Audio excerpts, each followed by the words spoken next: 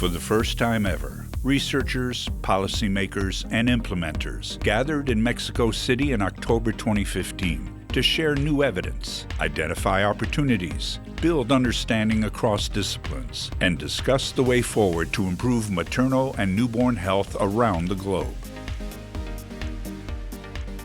Like my colleagues, I think we have realized over time that it is extremely important that we broaden our thinking to include mothers and newborns when we discuss the issue of care. I hope you leave here inspired, more knowledgeable, and more than anything else, more passionate about ending preventable maternal and newborn deaths.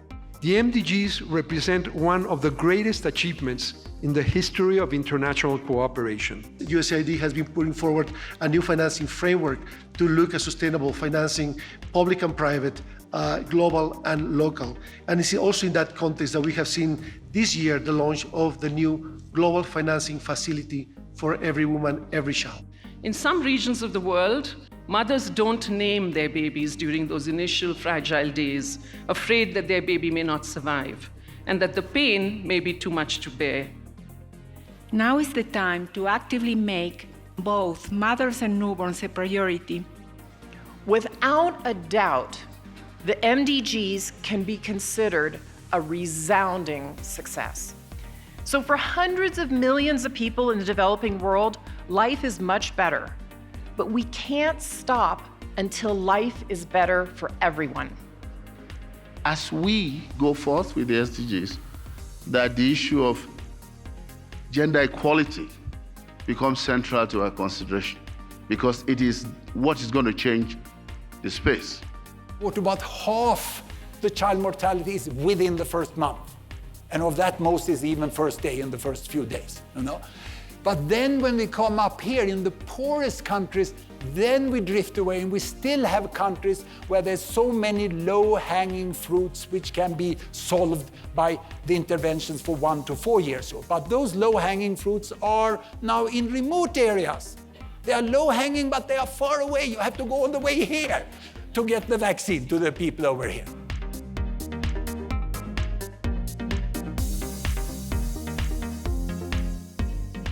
I think we have to reshape all our pre-service education programs so that we are producing highly capable individuals immediately on graduation. Midwives need doctors, and doctors need midwives.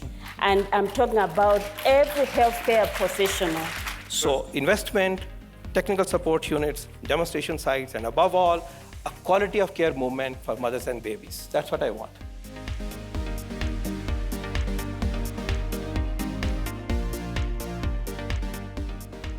One of the reasons why we are interested in integration is because we have done such a great job of creating vertical programs in the last decade.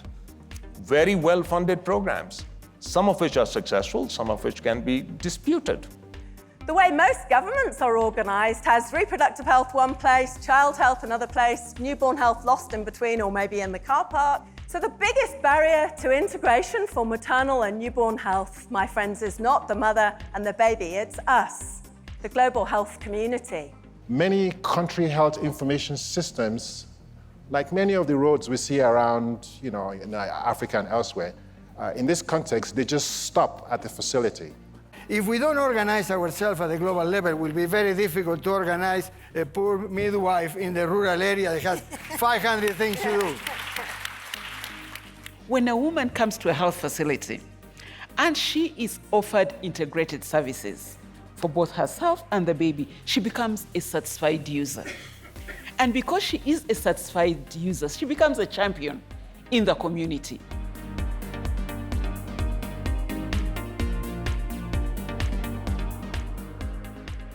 Who you are or where you live should not be a factor in if you live or receive services.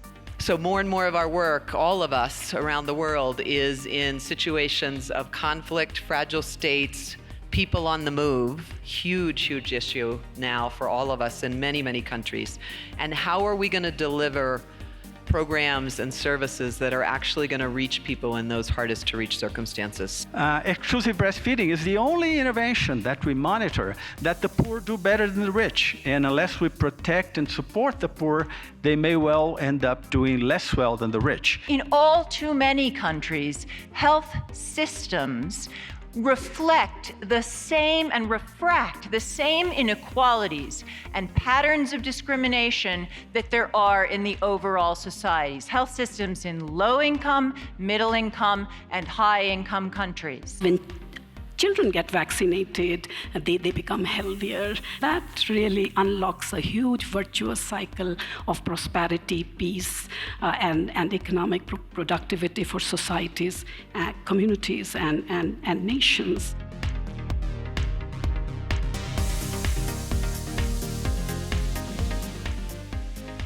But for women to be able to deliver, society has to deliver for women. And it's health, including maternal, newborn, sexual and reproductive health and rights. It's education, more than primary education. It's economic empowerment. It's political participation. As we apply learnings from decreases in maternal morbidity and maternal mortality to the situation of newborns and stillbirth, with hopefully equally positive results, we cannot overlook these conditions.